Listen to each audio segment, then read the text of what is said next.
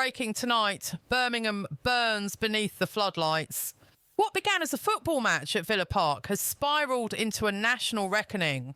Flares lit the night sky like distress signals, smoke curled over the stadium roofs, and chants of victory turned to cries of rage. Riot police clashed with furious crowds as England's second city descended into something far darker than sport. 700 officers, drawn from 25 police forces across the country, deployed in a desperate attempt to contain chaos. 6 arrests, dozens injured, and 1 woman dragged away, her only offence waving an Israeli flag. A scene that should have celebrated competition became a stage for collapse, watched by millions across the world. The figures tell a story more damning than any headline. 12 intelligence warnings ignored. 2.3 million poured into security that failed before the first whistle. The Home Secretary absent at a gala dinner. The Deputy Prime Minister unreachable. Downing Street silent for 9 excruciating hours. When they finally spoke, it was a mere 40 seconds of vague platitudes. No accountability, no direction. Just the sound of a government shrinking from its own reflection. Nigel Farage didn't wait for permission. He went live. "This isn't leadership," he declared. "It's surrender in slow motion." Within hours, his broadcast had 3 million views. Westminster called it divisive. The public called it truth. 68% of Britons now believe their government has lost control. Only 17% still trust the police. The rest trust no one.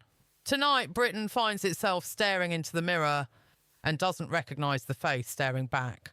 The nation that gave the world football can't even control its own pitch. Streets once ruled by order, now ruled by outrage. Leadership replaced by excuses, law replaced by noise. And as the night burns red over Birmingham, the question rises with the smoke. If this is control, what does collapse look like? London woke to the sound of denial. After a night of fire and fury in Birmingham, Downing Street's blinds remained tightly drawn. No emergency statement, no visible command. Just a parade of aides rushing between black cars and side entrances, silent couriers in a government terrified of its own reflection. At precisely 7:14 a.m, the first ministerial car pulled up. It wasn't the Prime Minister, it was his Chief of Staff, looking like a man sent to plug holes in a sinking ship. Inside number 10, sources say the atmosphere was suffocating. Aides whispering, civil servants staring at phones that wouldn't stop buzzing. "It's gone," one senior advisor reportedly muttered. Public confidence, gone. By mid-morning, the footage was everywhere. Crowds hurling bottles at police lines, fireworks exploding above broken shop fronts, and officers retreating under a rain of glass. The government tried to call it an isolated disturbance. But the images didn't lie. It wasn't just Birmingham. Reports flooded in from Manchester, Leeds and Bristol. Spontaneous protests, coordinated online, united by a single message. No more lies. What began as sport had mutated into revolt. Then came the leak. An internal briefing note, marked classified, surfaced online. It revealed that the Home Office had received intelligence warnings from both MI5 and the West Midlands Counter-Terror Unit predicting heightened risk of disorder tied to extremist fan groups. The memo was ignored. Why? Because it was politically inconvenient. The Prime Minister, we're told, didn't want to fuel hysteria during the weekend of his economic relaunch speech. The result? Cities burning while ministers rehearsed talking points. By 2 p.m, the blame game was in full swing. The Home Secretary's office accused the police of tactical failures. The Police Federation hit back, calling the government's remarks a coward's diversion. A senior officer, speaking anonymously, put it bluntly, "We were told to hold back. Optics mattered more than safety." And amid all this, Keir Starmer finally emerged. Not in Birmingham, not in Parliament, but in a pre-recorded video message from a private room. No questions, no empathy, just sterile words read from a teleprompter. "We are united and we will restore calm." The delivery was flat. The country's patience wasn't. Within minutes, hashtags like "Botch, where is the PM?" and "Britain burns" were trending worldwide. Foreign media pounced. The New York Times called it Britain's breaking point. The Sydney Herald went further, describing it as a government asleep while its streets catch fire. At home, senior backbenchers began whispering the unthinkable: leadership challenge. The first such whispers since Labour's landslide victory barely a year ago. Inside Number 10, panic turned to paralysis. A senior civil servant described the mood as ashen. The Prime Minister's inner circle debated whether to impose emergency powers under the Civil Contingencies Act, a move not used since 2011. But doing so would have confirmed the very thing they feared most, that the government had lost control. As the sun set over Westminster, the cracks were no longer metaphorical. They were real, visible in the boarded-up shops, in the barricaded streets, in the eerie silence of a government too frightened to face its people. Britain wasn't waiting for answers anymore. It was waiting for accountability, and none was coming. It began with whispers, the kind that swirl through Westminster's dark corridors long before they reach the headlines. But by late afternoon, the whispers turned into an earthquake. The 12-page memorandum, signed personally by Prince William, had been leaked. A document so incendiary it detonated right at the heart of British politics. Its contents weren't gossip or speculation. They were an indictment, a direct challenge to the government's authority, and the biggest constitutional confrontation between the Crown and Downing Street in over a century. At precisely 4:37 p.m, a senior BBC constitutional editor received an encrypted file from an anonymous source. Within minutes, the newsroom was in chaos. Phones rang off the hook, legal teams scrambled, and editors demanded verification. But there was no doubt it was authentic. Across Westminster, panic spread faster than any fire. Aides were seen rushing through the corridors of Number 10, pale-faced, clutching folders stamped confidential. What followed was described by one insider as the longest 20 minutes of the Prime Minister's political life. The memo's title alone was enough to shake the foundations of power, the constitutional integrity of the Crown, an urgent warning. In those 12 pages, Prince William accused the Starmer government of constitutional recklessness, alleging attempts to usurp royal prerogatives, override centuries of legal precedent, and silence dissent within the civil service. One government lawyer reportedly muttered, "This isn't a complaint, it's a legal ambush." And he wasn't wrong. Sources confirm that when the document first reached Downing Street 2 days prior, it caused immediate panic. Keir Starmer himself convened a 90-minute emergency meeting, attended only by his most trusted advisors and the Attorney General. Their first instinct wasn't debate, it was damage control. Within 2 hours, government legal teams were exploring ways to suppress the document's contents, even considering invoking national security provisions to issue a D-notice and silence the media. That attempt failed, spectacularly.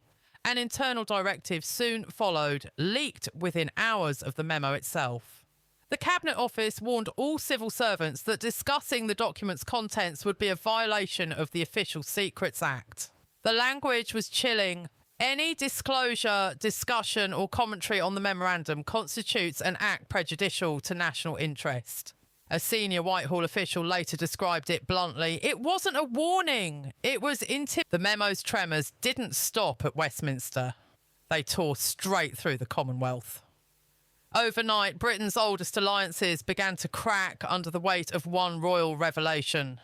On page 5 of the now infamous 12-page memorandum, Prince William issued a charge so seismic it rattled diplomatic cables from Ottawa to Canberra. His words? "The government has acted without consultation, without consideration and without conscience." It was the bombshell no one saw coming. William accused the Starmer government of reckless disregard for the Commonwealth, warning that its attempt to strip the monarchy of key ceremonial and constitutional roles would send shockwaves far beyond the British Isles. In blunt legal prose, he outlined what foreign offices around the world were now calling a constitutional contagion.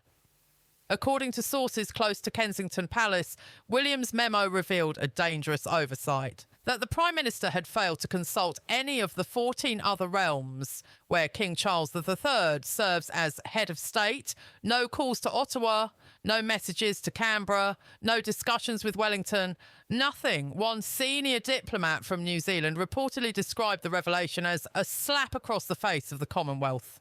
Inside the Foreign Office, the atmosphere was described as apocalyptic.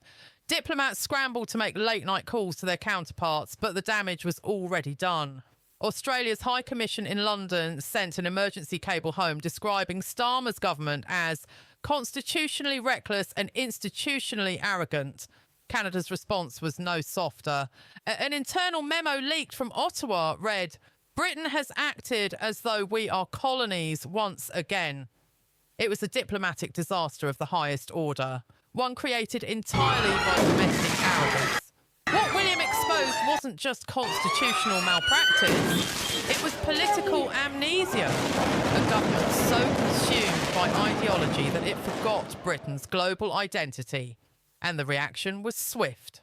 By morning, the Australian Prime Minister had requested a full briefing from his High Commissioner. In Canada, opposition MPs demanded an emergency parliamentary session to discuss Britain's destabilising actions. Across the Caribbean, commentators warned that Starmer's legislation could accelerate Republican movements, the very thing the monarchy has fought to prevent for decades. Prince William's memo captured that fear with chilling clarity. To destabilise the crown in Britain is to destabilise the crown everywhere. The unity of realms depends not on force but on faith. It wasn't just elegant, it was devastating. In one stroke, the future king had turned a domestic power struggle into a global constitutional reckoning. Back in London, Number 10 went into damage control. Foreign Secretary aides worked through the night, drafting what one insider described as the most humiliating round of apologies in modern diplomatic history. But the damage was irreversible. The Commonwealth's confidence in Britain's leadership, already fragile, had fractured. And here's the deeper truth that no one in Downing Street dared say aloud, this was never supposed to happen. Starmer's team believed they were modernising the monarchy. Instead, they had globalised their blunder. The memo had turned a domestic debate into a Commonwealth crisis, and Britain was suddenly the villain in its own empire's story. Behind closed doors, Labour backbenchers were livid. We've alienated allies and empowered. If the Commonwealth fallout was a diplomatic earthquake, what came next was a full-blown constitutional landslide. Deep inside Whitehall, where whispers travel faster than truth, civil servants began to leak what many are now calling the mandate deception. It wasn't a scandal born overnight. It was engineered, layered, and meticulously buried beneath the glossy language of reform. Leaked internal documents revealed a chilling plan. The Starmer government had drafted new legislation, codenamed Sovereign Accountability Framework, that would quietly transfer several ceremonial powers of the Crown directly to ministerial control. Royal appointments, diplomatic sign-offs, even the discretion to summon Parliament, all earmarked to fall under political management. One senior cabinet secretary described it bluntly.